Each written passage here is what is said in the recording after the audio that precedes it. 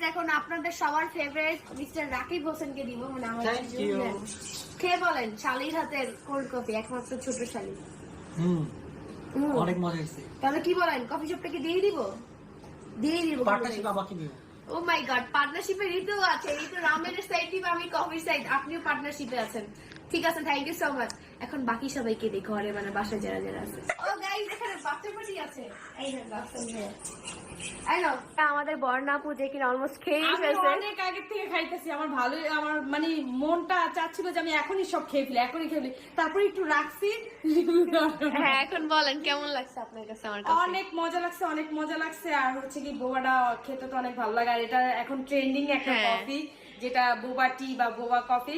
তো ইতি খাওয়াইতে চাইছিল যে কোনো একটা মানে বোবা টি বা বোবা কফির ভিতরে, আমরা সবাই জাজ করছি কফিটা। হ্যাঁ, আর ইতির হাতে কফি নাকি অনেক মজা, যেটা আমি ফার্স্ট টাইম খাইছি, আর আমার থেকে তো অনেক অনেক অনেক ভালো লাগছে।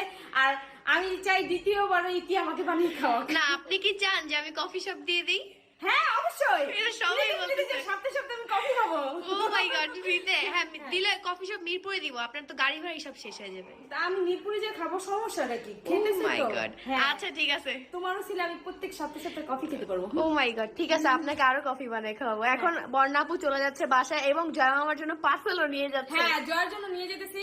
আর জয় বলছে যে আম্মু আমার জন্য নিয়ে আসবা, বানাইতেছে আমার জন্য নিয়ে আসবা। আমি বলছি ঠিক আছে, নিয়ে আসবো, চলো। ওকে, ঠিক আছে, বাই বাই। গাইস, এইখানে দেখেন তারা দুজন চান্সে খাচ্ছে, কোনো রিভিউ দেওয়ার তো খবরই নেই। তো বলো।